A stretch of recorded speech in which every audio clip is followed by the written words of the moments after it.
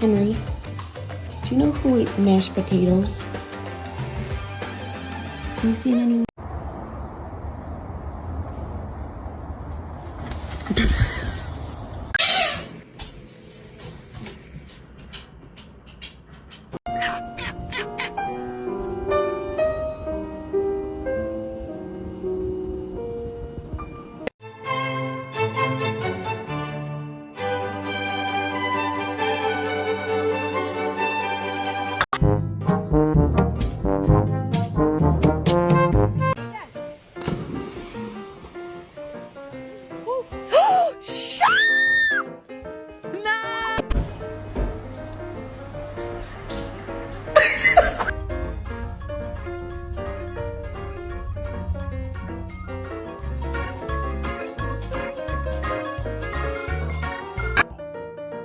Evil kitty, said evil kitty.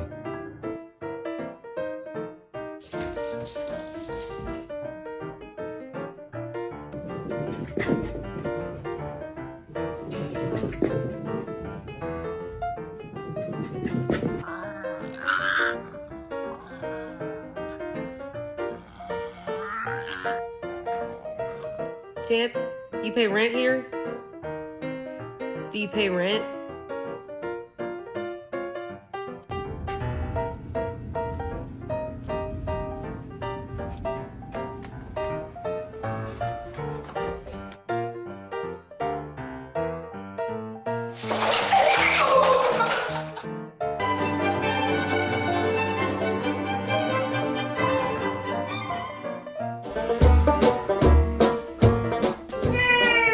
Someone's a chaotic ginger cat on the outside, but definitely has a total mafia soul. Human, help me! Quick, I'm a goner!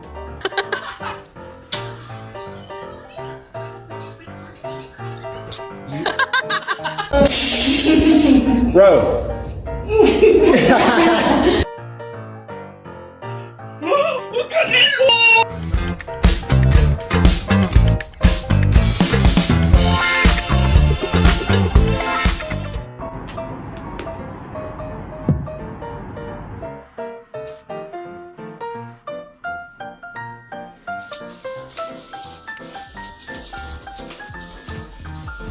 Oh, Lord have mercy. Today drained me.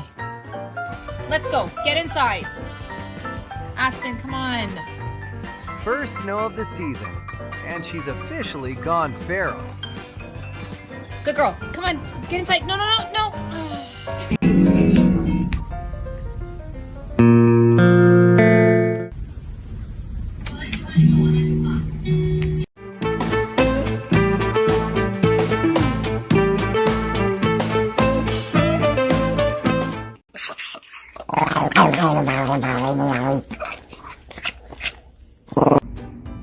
Walk up here. Is it slippery? Yay!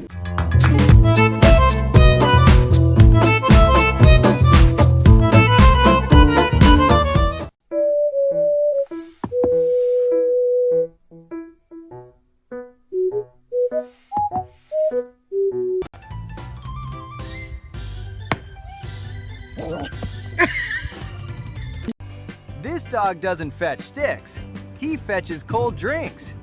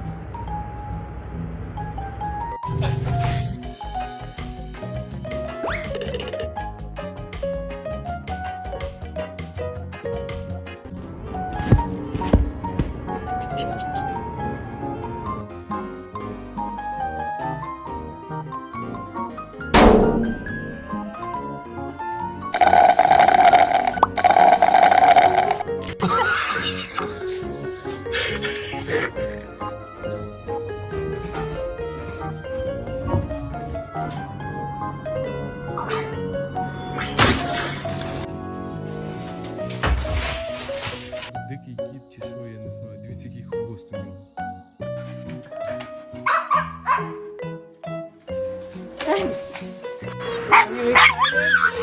Are you excited? Are you excited? Let's go back.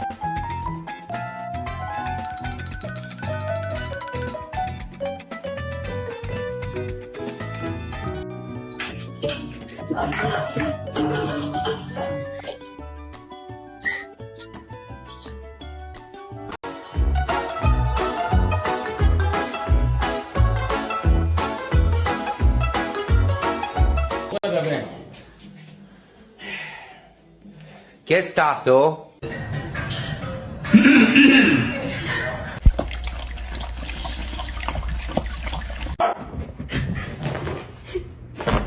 Oh my god.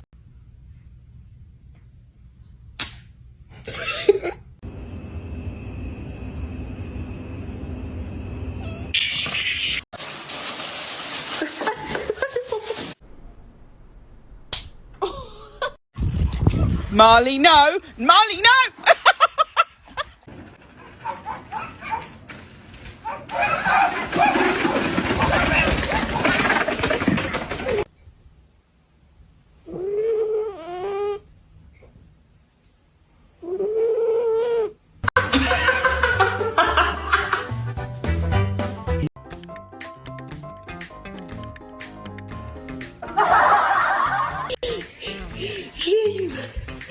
What are you doing? What are you doing? You okay?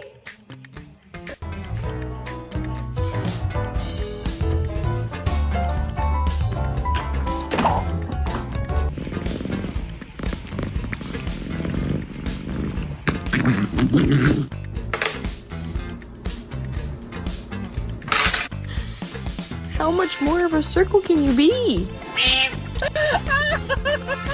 Hey friends, so glad you're here. Let's check out what the animals got up to this time.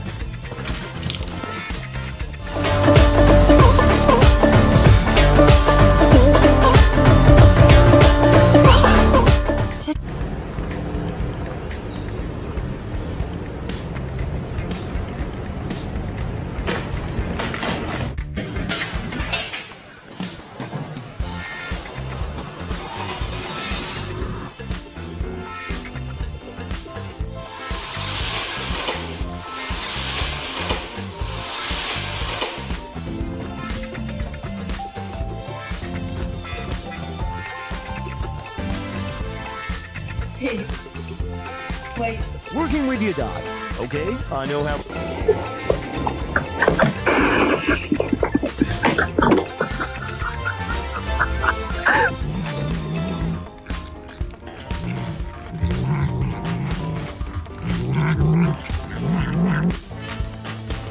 Close your mouth. It's hot. Thank you. Today my mom told me she no longer loves me and I am up for adoption. That is not what I said. I said you can't have second dinner. That's the same thing.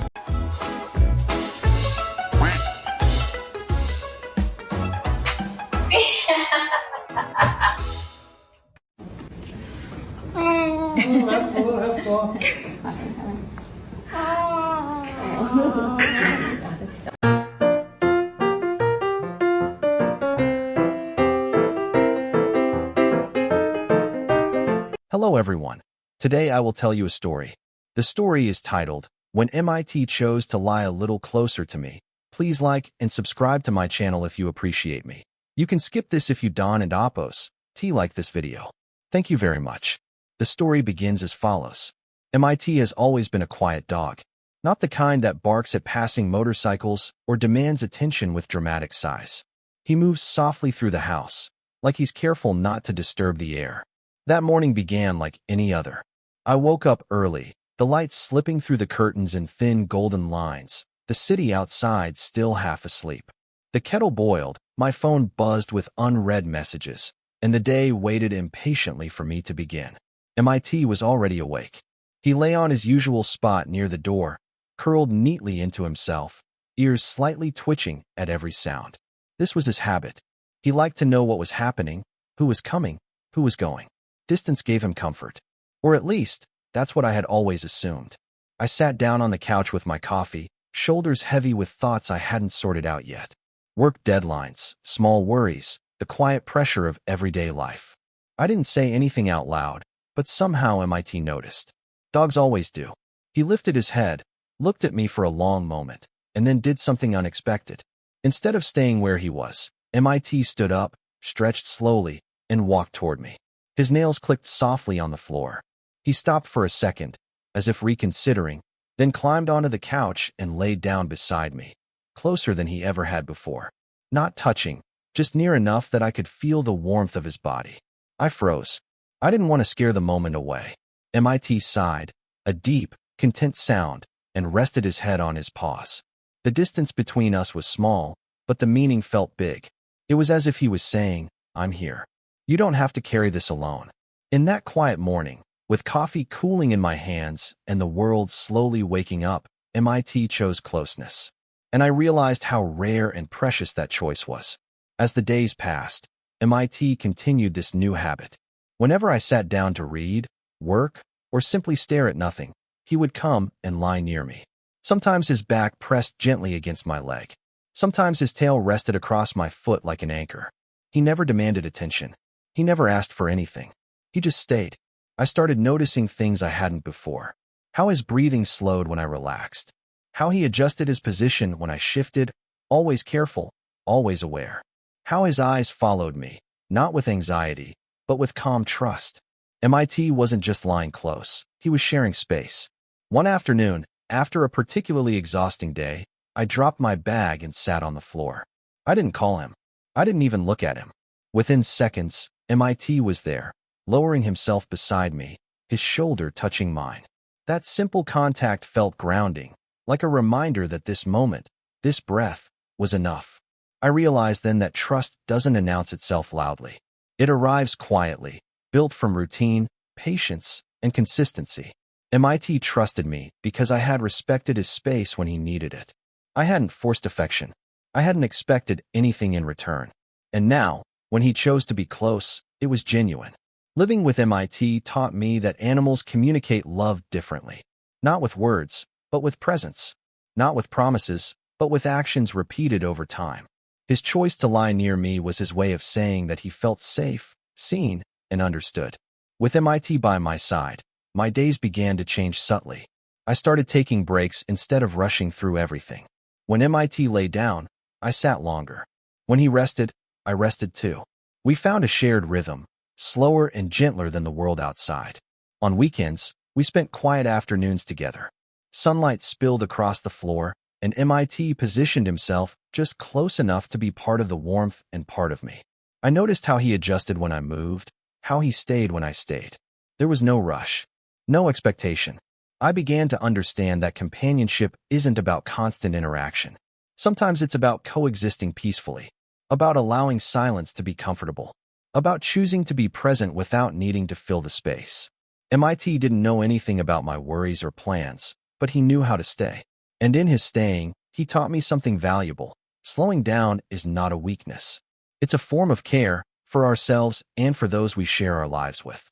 When MIT chose to lie closer to me, it wasn't just a cute moment. It was a lesson. In today's busy world, we often overlook the power of quiet presence. We rush through days, measure value by productivity, and forget how meaningful simple closeness can be. MIT reminded me that connection doesn't need to be loud or dramatic to be real. From this small story, we can learn how to build better relationships, both with animals and with people. Respect personal space. Let trust grow naturally. Show up consistently, even when words feel unnecessary. Animals, especially dogs, reflect the energy we give them. When we are patient, they respond with loyalty. When we are calm, they feel safe. In our daily lives, we can apply this by slowing down, listening more, and being present. Spend time without distractions. Offer comfort without conditions. Learn to appreciate small gestures, whether it's a dog choosing to lie closer or a loved one choosing to sit quietly beside you. Living well with animals teaches us how to live better with ourselves. And sometimes, the greatest lessons come from the soft weight of a dog lying just a little closer than before.